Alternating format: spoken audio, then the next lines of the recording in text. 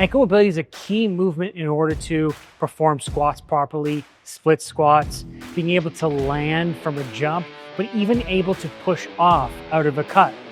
A lot of times people will say that this is because of calf tightness, but really there's a lot more to it than that. And so in this video, we're going to talk about how to actually improve ankle mobility, some of the strategies behind how to improve it, and also why it may be limited. Hi, I'm Effer, founder of Resilient Training Rehab, and I've helped thousands of coaches and practitioners get better and more consistent results with their clients. Let's get into it. So when it comes to ankle mobility and improving it, as I said, a lot of people think that it's because of the calf being stiff, that's going to restrict the ankle's ability to move. But there's a lot more to it than that. When we think about ankle mobility, we have to break down what actually happens at the foot first before we can actually improve it. So first of all, if we want to improve ankle mobility is associated with the foot pronating. So think of the mid part of the foot going down towards the ground. So a lot of times you've seen that. Some people will say it's overly collapsed foot. That's a very extreme presentation of that. That's not actually pronated feet, but that's for a different video. But essentially what happens is as the ankle moves forward, you can see that the mid part of the foot goes down to the ground. Okay. Now, what we don't want to happen is as they go, we don't want everything to dump in.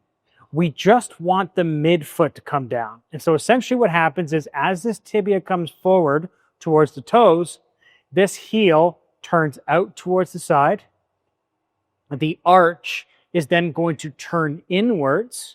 And then these toes are going to turn out so that it looks like the foot isn't moving. It's just the arch going down.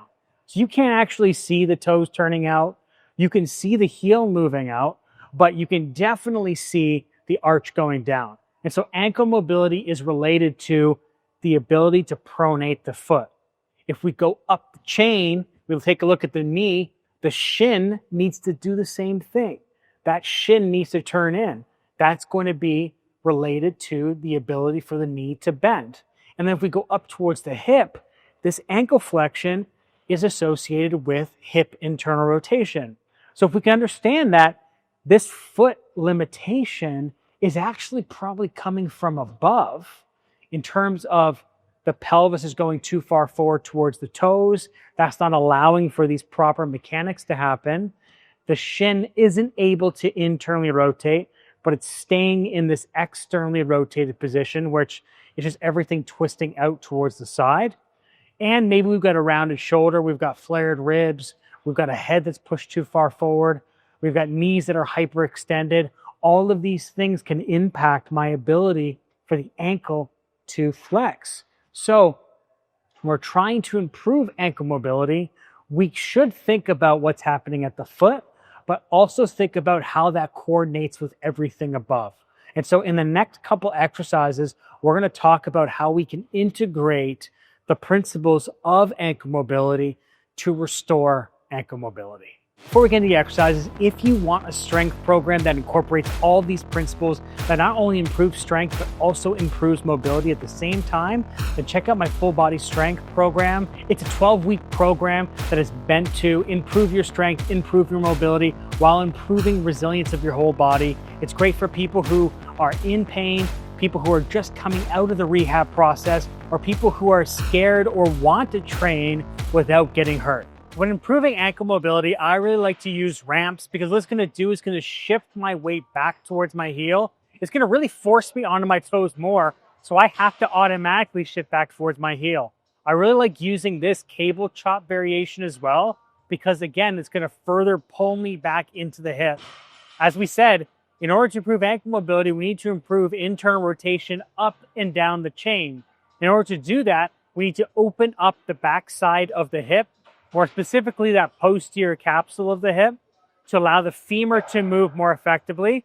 We need the tibia to be able to internally rotate, which is going to be related to the heel's ability to move. And that's essentially what the ramp does. The ramp is going to allow that heel to move more effectively. What this cable chop is going to do is by doing the chop towards the rear leg, especially in the staggered stance position, that's going to reinforce my ability to shift back, and it's going to put me on the outside edge of my foot as I'm doing the cable chop. So I have to automatically come more on the inside of my foot. So this cable chop is going to open up the back side. It's also going to force my body to have to internally rotate. And by shifting the weight back towards the heel, it's going to open up the front part of my ankle. One of the biggest issues why people don't have ankle mobility is because as their foot hits the ground, they dump in and their shin just slams forward. They don't have that slow delay of the shin or of the tibia. So that's what this exercise is going to do. It's going to hold the ankle open and it's going to reinforce my ability to start from my heel and move towards my toes. The second exercise is going to be a low cable heels elevated split squat.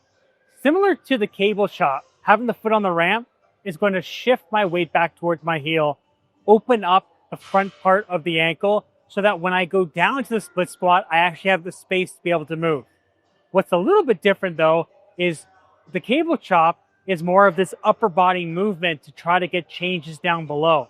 This is going to be more of a bottom up type approach where we're putting force into the ground with our leg and trying to keep that pronation of the foot as we're going up and down in the split squat. So the cable's going to pull me towards it. I'm going to have to lean back against it. That's going to keep my hip open. By holding the cable in the right arm as the left leg is forward, that is going to turn me in towards that left side more. But that rotation is going to try to get me on the outside edge of the left foot. So again, I'm going to have to pronate or turn that foot in order to counteract it so that when I'm rotating, I'm really able to shift back into the hip. So again, this is going to improve my ankle mobility while reinforcing that tibia's ability to internally rotate and hip internal rotation, all which is needed to improve ankle mobility. Ankle mobility is a really important movement for not only mobility, but also for performance and to be able to perform a lot of the day-to-day movements that you currently do. Squatting, doing your split squats, jumping, landing. And so I hope this video helped kind of understand some of the mechanics that don't relate to muscle tightness and how muscle tightness is just a byproduct of the positioning of the joints. And so if this helped you, don't forget to like, save, and subscribe, and I'll see you next time.